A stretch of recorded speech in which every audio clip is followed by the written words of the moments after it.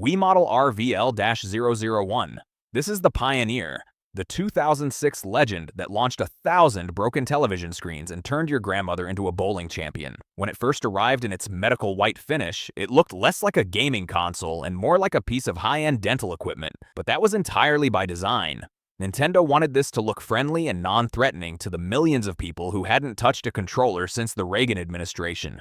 Under the hood, it wasn't exactly a powerhouse, especially compared to the gargantuan PS3 that launched around the same time, but it had a secret weapon for the hardcore fans.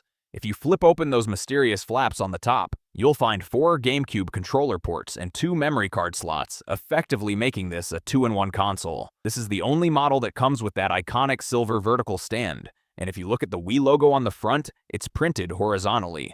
This was Nintendo's subtle way of telling you that this machine was born to stand tall on your media center, right until you accidentally yanked it off the shelf while playing Wii Sports Boxing. Wii Model RVL-101. By 2011, the Wii was already one of the best-selling consoles in history, so Nintendo decided to release a Family Edition that was basically a version of the console that had gone on a strict diet. On the surface, it looks almost identical to the original, but the moment you try to open the top flaps to play some Super Smash Bros. Melee, you'll realize the ports are completely gone. Nintendo literally sawed off the GameCube compatibility to save a few pennies on manufacturing costs, which was a heartbreaking discovery for anyone who didn't read the box carefully. You can easily spot this version in a thrift store by looking at the Wii logo. It's now printed vertically.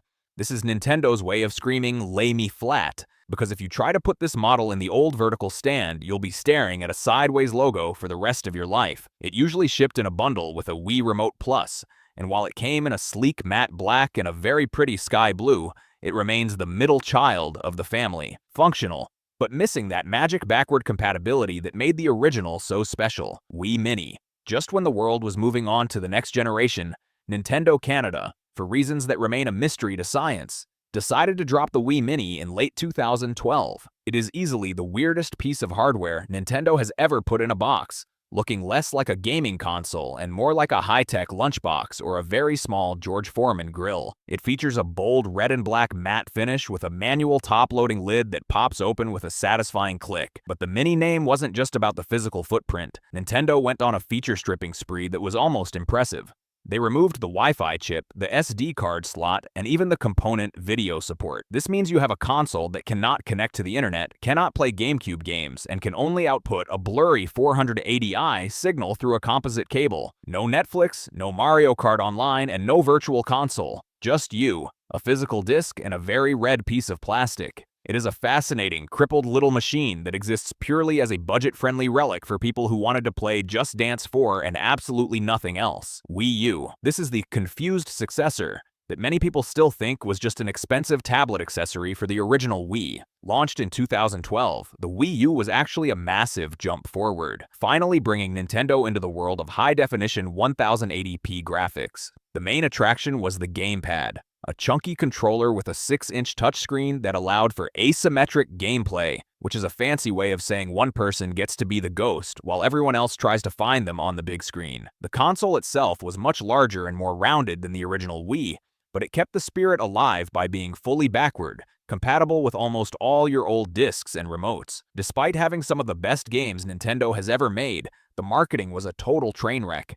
Many casual fans saw the name Wii U and figured it was just an add-on, leading to abysmal sales. However, it served as the essential beta test for the Nintendo Switch, and its library was so high quality that Nintendo has spent the last decade porting nearly every single game from it just to give them a second chance at life. The Gold Wii. We cannot discuss the history of Wii models without mentioning the ultimate flex in the history of the medium, the 24-karat gold-plated Wii commissioned for Queen Elizabeth II.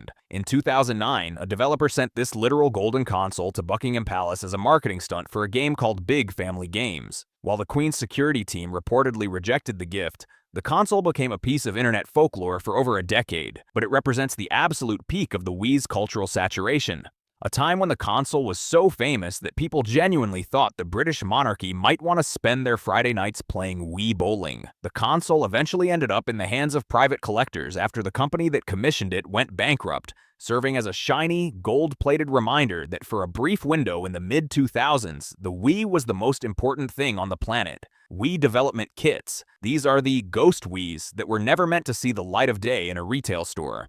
Used by developers to actually create the games we played, these units often looked like industrial, unfinished versions of the hardware. Some were bright green, others were red, and some were essentially just a giant metal box with a Wii's internals shoved inside. They featured extra RAM and wired NDEV ports that allowed programmers to plug the console directly into a PC to debug code while the game was running.